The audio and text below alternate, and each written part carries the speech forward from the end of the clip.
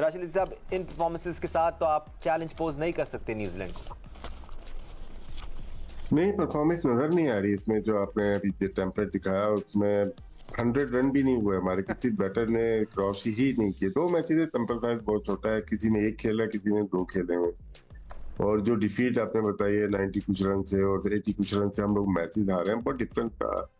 वजह यही रही कि उन्होंने बहुत ज्यादा रन बनाए हमारे खिलाफ, और उन लोगों ने बनाए जो कि उनके नए प्लेयर थे या ड्रॉप प्लेयर थे। पास्ट में अगर देखें, साइफर्ट बहुत कामयाब प्लेयर नहीं थे एक जमाने में, उनका बड़ा गैप आया था। T20 में हमने उनसे रन करवाए बहुत ज्यादा। फिर उसके बाद अभी मिचेल हे आए, उनकी परफॉर्मेंस बहुत अच्छी है। मतलब कि हमारी स्ट्रेटेजी प्लानिंग या बॉलिंग तो अच्छी रही है पास्ट में न्यूजीलैंड में, लेकिन इस दफा बहुत मीडियोकर रही है। और बैटिंग पे आता हूँ, बैटिंग तो लग ही नहीं रहा कि उस पाए के हमारे पास बैटर्स हैं।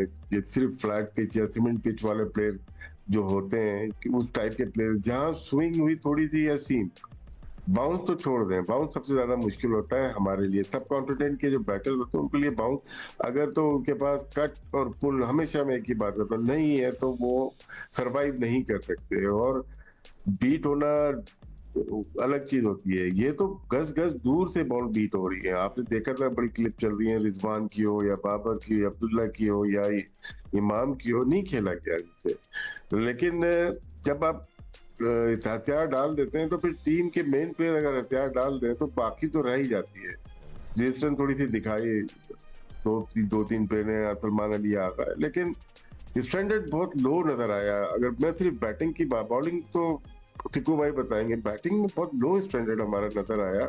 लग ही नहीं रहा कि इंटरनेशनल मैयार की हमारी बैटिंग लाइनअप है या टीम है।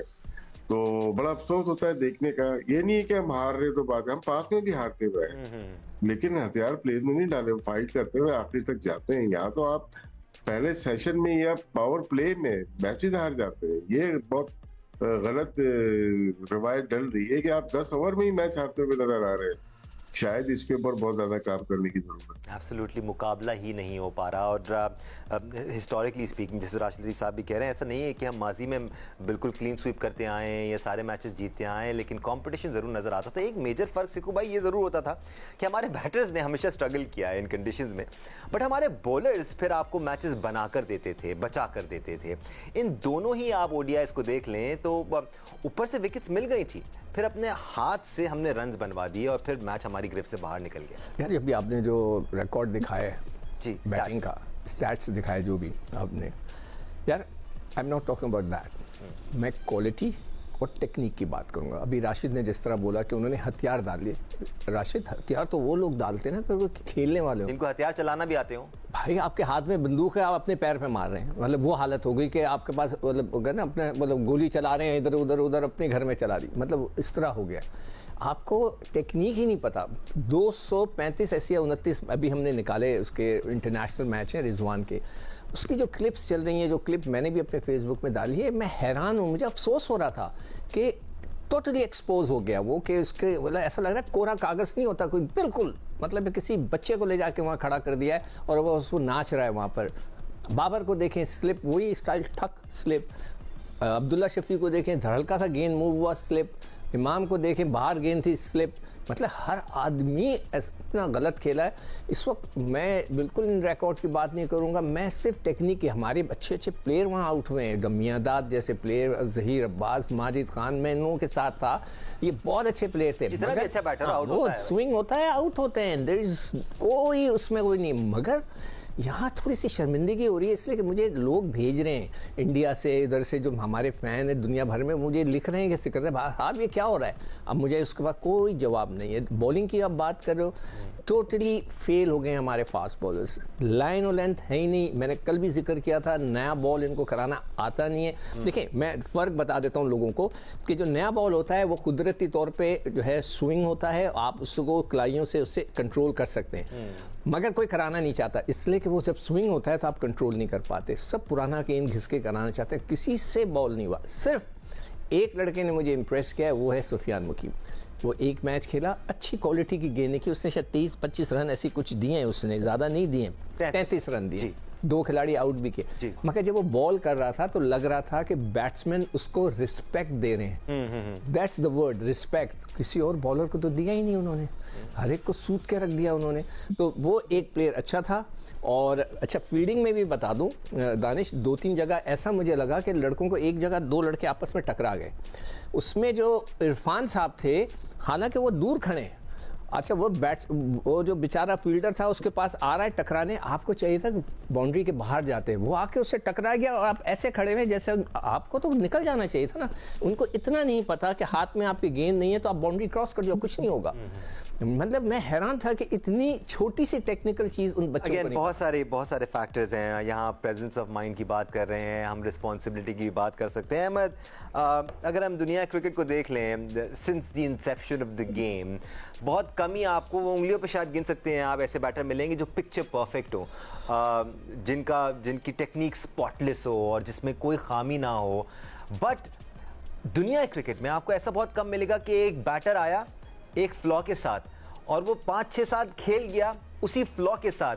मैं कुछ पाकिस्तानी सीनियर बैटर्स की बात कर रहा हूं, जैसे बाबर आजम आउट होते आए हैं, जैसे रिजवान के जो टेक्निकल फ्लॉज हैं, अगेन इन्होंने 250-250 मैचेस खेल लिए हैं लेकिन उन फ्लॉज से छुटकारा नहीं पाया जा सका है। क्यों है ऐसा?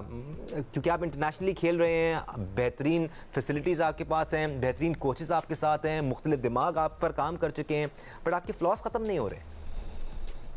जी, जब आप गेम से बड़ा अपने आप को फील करें तो फिर इसी तरह होता है, इंसान को अपने आप की तरफ कोई गलतियां नजर आती नहीं है। और जब क्रिकेट बोर्ड के चेयरमैन को आपके आगे दुनिया नजर आना बंद हो जाए तब ये चीजें होती नहीं है। जब अकाउंटेबिलिटी ना हो तब इंसान अपने आप पे काम करता नहीं है।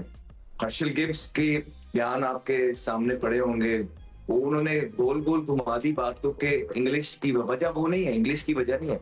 वजह ये है कि जब इंसान किसी को कुछ समझे ही ना, कुछ सीखना ही ना चाहे कि तुम्हें क्या पता है, जब कोचेस आपको कुछ बता रहे हो और प्लेयर्स आपके कह रहे हो कि ये this is not your job, आप अपना काम करें, काम से काम रखें, जब ये रिस्पेक्ट और इज्जत कोचिंग पैनल की और फिर वो एक्सेप्ट करके टीम के अंदर चले जाए, फिर यही होता है। और फिर आप चेक कर लीजिए, अभी मोहम्मद यूसुफ साहब बैटिंग कोच अभी आए, it's too early for him, लेकिन पहले भी वो सकलैन मुश्ताक के साथ रहे और जब भी कोई टीम की परफॉर्मेंसेस तब से या उससे पहले से खराब ही है। अभी टीवी पे बैठ के वो बाबर आजम की टेक्निक में फ्लॉज बता रहे थे, अब्दुल्ला शफीक की टेक्निक में फ्लॉज बता रहे थे, तो बाबर आजम की तो जब जो भी स्लिप लगी है, दोनों जो फुट थे वो अंपायर की तरफ थे, खुल के आउट हो गए हैं। तो यूसुफ साहब इसको देख रहे हैं कि नहीं देख रहे, अब वो कैसे ठीक कराएंगे ये उनको पता हो। रिजवान ने जो डांस किया कल पिच के ऊपर, यंगस्टर्स मुझे बताएं कि किसको देखेंगे, सीनियर प्लेयर्स को देखेंगे ना, कि टफ कंडीशंस भी आई हैं, जब थोड़ा सा बाउंस है वहां पे हमारे सीनियर्स कैसे खेल रहे हैं, तो क्या सीखेंगे, क्या देखेंगे कप्तान से अपने।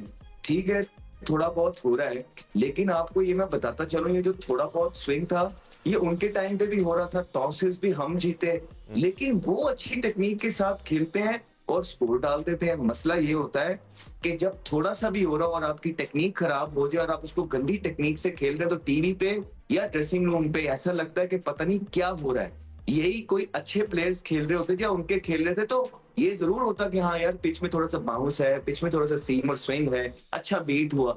लेकिन जिस तरह हमारे प्लेयर्स खेलते हैं वो उसको हवा बना देते हैं। ये गलत टेक्निक से जब खेलो तो इसी तरह लगता है कि हवा बन रहा है। तो ये आपकी टीम के हालात हैं दानिश, इसी वजह से जब आप प्लेयर्स जो हैं वो अपने आप को गेम से बड़ा कर देते हैं तो इसी तरह के रिजल्ट्स आते हैं। और यही वजह है, देखें हम और आप बैठे हुए थे ना यहाँ पे, जब यंगस्टर्स से हारे हमने कुछ नहीं कहा, कोई बात नहीं आप ग्रूम कर रहे हैं, हम सिर्फ ये कहते थे कि और अच्छे वाले यंगस्टर्स भी पढ़े, परफॉर्मर्स पढ़े, आप उनको लेके आके भी ट्राई करें।